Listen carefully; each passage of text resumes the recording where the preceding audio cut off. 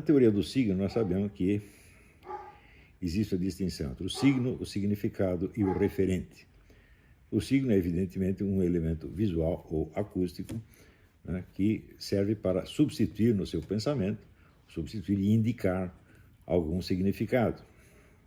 O significado é um conjunto de outros signos, em geral palavras, que explicam a intenção com que o signo foi usado, né, o significado que o falante está atribuindo ao signo. E, por fim, existe o referente, que é a coisa, o fato ou situação do mundo real a qual aquilo se refere. Então, por exemplo, se você pega a palavra vaca, é um signo. Você pega a definição de vaca, que você encontra no dicionário, é o significado. E o referente é uma vaca real que você vê no pasto. Ora, essa vaca real não é uma palavra, ela mesma não é um signo e nem um significado, ela é uma terceira coisa. É um elemento extraverbal. Não é isso? Esse elemento extraverbal, como qualquer outro, ele não vem com a sua expressão verbal pronta. Existe sempre uma transmutação que nós temos que operar do dado dos sentidos para o mundo verbal. Esses dois mundos, eles são de natureza diferente. Quer dizer, o mundo que você vê, o mundo no qual nós vivemos é uma coisa, e o mundo do discurso é outra. O mundo do discurso é uma parte do mundo real, mas uma parte ínfima. Não é isso? Então, é evidente que sempre existe na transmutação das experiências em palavras, em discurso, existe sempre alguma dificuldade, a possibilidade de erro é monstruosa. Isto significa o seguinte: quando você pega um discurso no qual você só conhece os signos e os significados, essas palavras evocam para você alguma reação emocional, sentimental que você tem, independentemente do referente. Quer dizer, as próprias palavras têm um peso emocional. Então, elas por si bastam para despertar em você uma reação, independentemente do conhecimento do referente. E isso significa, tragicamente, que em qualquer situação a mentira é mais persuasiva do que a realidade. Porque o discurso da realidade depende do referente. E se você não tiver o referente, então você vai seguir um discurso só de signo e significado. Se você pegar, praticamente, eu tenho ouvido muito discurso de deputados e senadores, né, petistas, psolistas, etc, etc. Aquilo é tudo totalmente desprovido de referente, aquilo não se refere a nada. São apenas palavras que provocam reações, palavras que despertam sentimentos. Não precisa buscar o referente e transmutá-lo em discurso. É muito menos trabalhoso. Se você está falando uma mentira, o cara está falando, se você está falando a verdade, o cara está falando a mentira, então é o seguinte: tão logo ele produziu a expressão verbal, o serviço dele está terminado. O seu não está, porque você vai precisar buscar o referente e mostrá-lo de alguma maneira. De alguma maneira que em si mesma não é verbal, embora possa ter uma expressão verbal. Mas, por exemplo, uma sequência de acontecimentos. Você pega o depoimento desse menino do Hans River, né? Então, o que ele estava dizendo foi, ele fez uma descrição do trabalho que ele realizou naquela firma. Ora, esse trabalho em si não é uma coisa verbal apenas, é uma série de gestos físicos que ele estava lá fazendo com as maquininhas. Então, isto não se transmuta em verbo automaticamente. Então, você precisa complementar o discurso dele com a exposição dos fatos e atos reais. E isso é sempre um problema. Por quê? Porque a transposição dos fatos e coisas para o mundo verbal nunca é perfeita. Agora, a expressão verbal, ela se fecha em si mesma, ela é perfeita. Falou, acabou de falar, está falado. Por exemplo, se você usar, o governo Bolsonaro pagou milícias. A palavra milícia, você sabe que é uma coisa feia, né? Só que aqui, fato real, isso corresponde. Não precisa corresponder. A palavra milícia já diz tudo. Está entendendo? Então, a mentira tem esse privilégio. Por isso é que é mais fácil você mentir do que você desmentir a mentira. É sempre mais fácil. Não é isso? Então, a mentira, evidentemente, ela, num primeiro instante, ela leva uma tremenda vantagem. Ela não precisa do referente. O efeito verbal, por si, produz o resultado desejado. Outro dia eu vi uma um post de uma dessas deputadinhas xingando o governo do Bolsonaro de 1000 coisas. Se você perguntar para ela, me dê um exemplo concreto de cada uma dessas coisas que você disse, ela não pode, ela não tem, mas também não precisa, porque o efeito já está desencadeado. Aquelas palavras por si já funcionam. Leiam o meu artigo, Palavra Gatilho, vocês vão ver como é que isso funciona. Não é isso? Então, também acontece o seguinte, que graças a isto, existe no mundo da discussão intelectual um problema gravíssimo. Há pessoas que leem, estudam e tudo que elas fazem é comparar textos com textos. Elas não vão para o referente. Um exemplo é o seu Carlos Nogueira. Tudo que ele faz é comparar o texto que ele está lendo com aquilo que ele leu em Santo Tomás de Aquino ou na doutrina da igreja. Ele compara texto com texto. E daí conclui, isso aqui é ortodoxo ou é heterodoxo. Mas acontece o seguinte, uma coisa é ortodoxa ou heterodoxa, ela é correta ou ela é herética, não pela sua fórmula verbal, mas pela referência a algo do mundo externo. Mas acontece que na cabeça de um sujeito como Nogueira, que é puramente verbal, não há essa referência. Ele não é capaz de descrever um único fato do mundo real. Ele só se move no mundo dos textos, só se move no mundo do discurso. E é evidente que, para ele mesmo, isso é enormemente persuasivo, né? Então, por exemplo, um dia eu usei a expressão, né, odeio religião. Né? Daí ele disse, tá vendo? Ele tem que pedir desculpa por isso, antes de odiar a religião. Tá, é claro que... Qual é o referente disso aí? O referente é um conjunto de fenômenos que, na sociedade brasileira atual e real, levam o nome de religião. Né? E não a religião interpretada no seu sentido idealístico mais perfeito. Então, para o católico, fiel católico, o que é a religião? A religião é, o catolicismo é a religião revelada por nosso Senhor Jesus Cristo. Agora, se eu falo a palavra religião, não neste contexto, não no contexto doutrinal, mas no contexto social, eu estou me referindo a milhares de coisas que levam o nome de religião. E que pretendem ser respeitáveis porque se recobrem desta palavra. Você pode até fazer a religião do Satanás. Aqui nos Estados Unidos não tem? Tem a religião do Satanás, é uma religião oficialmente existente, você tem que respeitar. Tá certo? Então, é aquele... Né? Tinha aquele frade que fazia confraria, né, do repolho, confraria esotérica do repolho místico. Isso aí seria a religião. Né? Então, qualquer pessoa que leia normalmente, isto é, com uma referência de fundo ao referente, entende o que eu estou dizendo. Mas o Carlos Nogueira não entende. Porque para ele só existe signo e significado. Então, se você diz que você odeia a religião, a palavra religião significa substantivamente o fenômeno religião na sua realidade. Vocês estão entendendo? Acontece que no Brasil hoje são milhares de pessoas que leem assim. Vivem num mundo exclusivamente verbal. Não têm a capacidade de examinar o fato, a coisa, e fazer a transmutação. Essa transmutação, vamos dizer, da experiência sensível, real, em palavras, é uma das coisas mais difíceis que existem no mundo. Por que nós admiramos os poetas, os grandes escritores? Porque eles sabem fazer isto. As outras pessoas só sabem expressar em palavras o que já foi expresso em palavras. Eles leem o texto, copiam o texto, adaptam o texto para outra situação, mas não tem aquela, vamos dizer, vivência real da coisa concreta transformada em palavra. Isto é próprio dos poetas, dos grandes escritores, só eles sabem fazer isto. E cá entre nós, eu sou excelente escritor, eu sei fazer isso. Eu sei pegar coisa que todo mundo está vendo e ninguém consegue dizer, e eu consigo dizer. A função do escritor é isso, dizer o que os outros não conseguem dizer. Agora, me mostre uma única coisa do mundo real que esse seu Nogueira tem observado e expressado. Não tem nenhuma, só tem texto, comparação de texto com texto. Então, o cara está num mundo que é assim, que é totalmente fictício, onde as palavras não têm referentes. E não é só ele. Se você pegar a nossa esquerda inteira, é assim. O mundo inteiro do seu Júlio Sonzero é assim. O mundo inteiro de todos esses anti-Olavetes é assim. É só palavra gatilho, gente. Então, se diz um sujeito é herético, eu digo, bom, peraí, no que consiste exatamente a heresia? Que eu saiba, existe uma distinção fundamental que a igreja estabelece entre a heresia material e a heresia formal.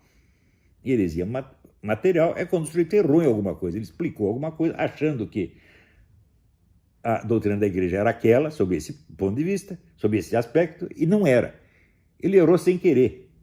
Isso não é uma heresia formal, ele não pode ser condenado por isso, ele é apenas chamado para se corrigir. Agora, quando a heresia formal, quer dizer, ele quis desmentir a igreja, ele quis propositadamente vender como doutrina cristã algo que se opõe ao ensinamento da igreja. Isso é heresia. Ora, nem esta distinção tão óbvia, os nossos amigos, nossos fiscais da ortodoxia ali levam em conta, nem isto. Segundo, quando há, vamos dizer, um risco de heresia, a primeira coisa que o observador tem a obrigação de fazer é se dirigir pessoalmente ao suposto herege e conversar com ele para que ele expresse qual foi a sua real intenção. Ou seja, para você não tomar a fórmula verbal como se fosse definitiva. O cara pode ter dito uma coisa de um jeito, mas ele quis dizer uma outra coisa que você não entendeu na primeira. Eles não fazem isso, eles não têm essa precaução. Eles pegam, o Olavo disse, odeia a religião. Pronto, está feito. Ele toma a expressão verbal como se fosse uma referência substantiva, quando isso não é uma referência, apenas um significado. O referente é outra coisa. O referente está colocado para além do discurso. O referente é um fenômeno sociológico chamado religião.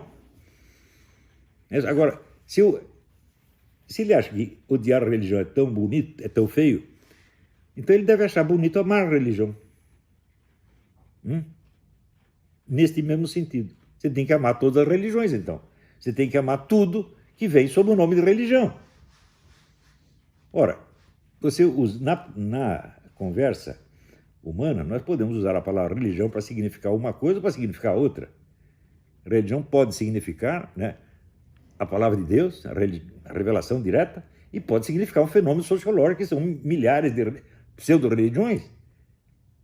Você vê, no Brasil existe o registro de religião. Aquilo que nós, cristãos, consideramos pseudo-religião, é registrado legalmente como religião. Não há diferença verbal, não existe a categoria legal de pseudo-religião. Pseudo-religião só existe do ponto de vista da doutrina religiosa, não do ponto de vista legal, do ponto de vista sociológico. Por que eu tenho que explicar isso ao Nogueira? Porque o Nogueira é analfabeto. É simples. Todos eles são analfabetos. Eles não têm essa noção do referente. Eles vivem num mundo só de palavras. E a palavra vem acompanhada de emoção. Porque ele tem amor à doutrina sagrada. Então, tudo que parece e contra a doutrina sagrada, ele odeia. Ele diz, mas escuta, peraí, como é que você vai fazer uma comparação entre o discurso humano e o discurso divino? Você acha que é fácil?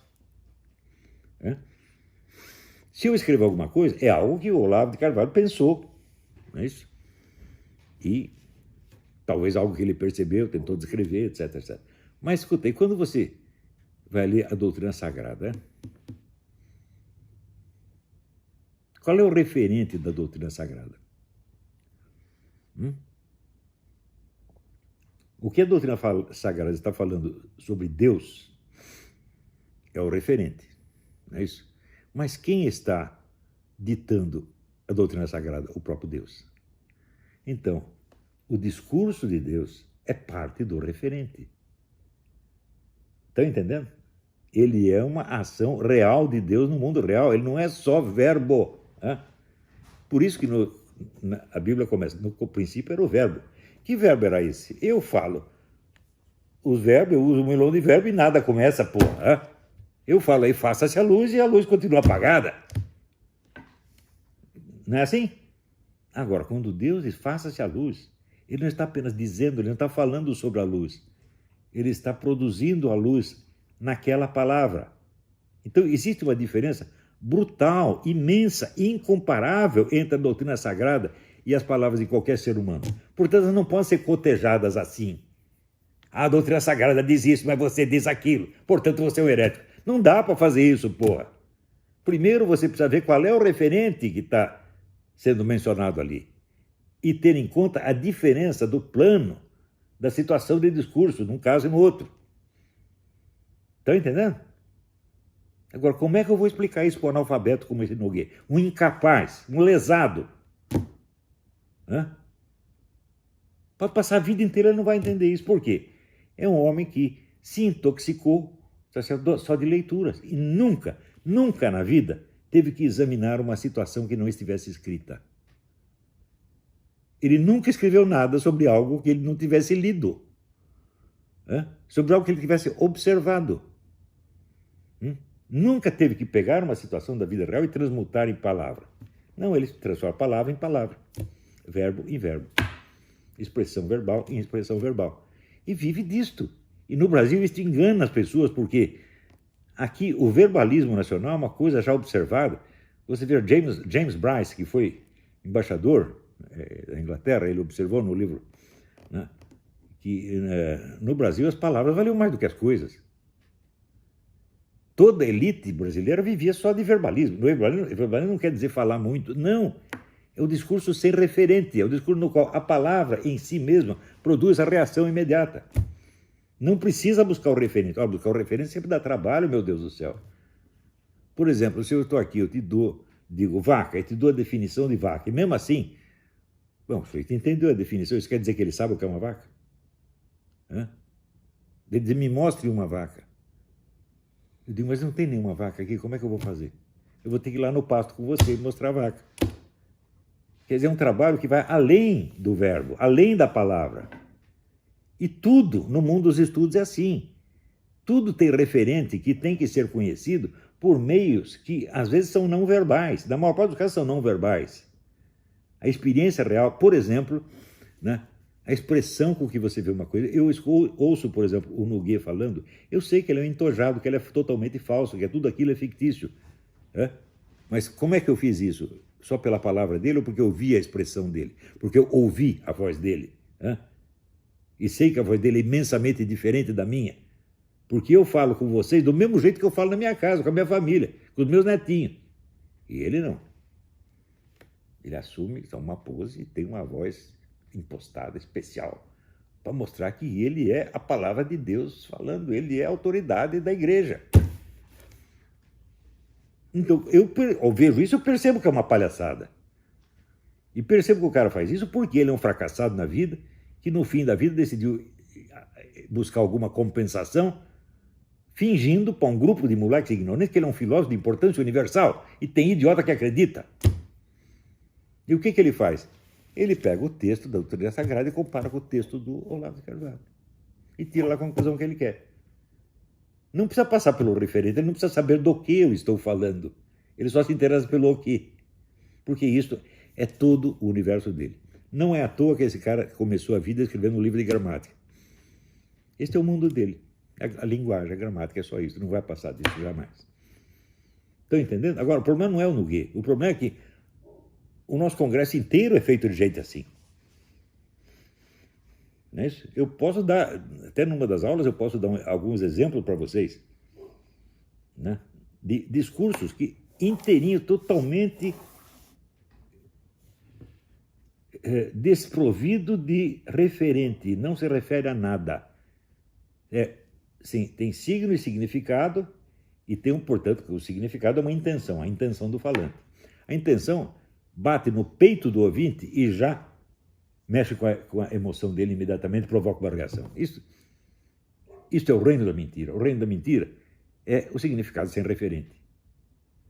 São coisas que não podem ser verificadas, porque o mundo da palavra, o mundo verbal, esgota a função dela.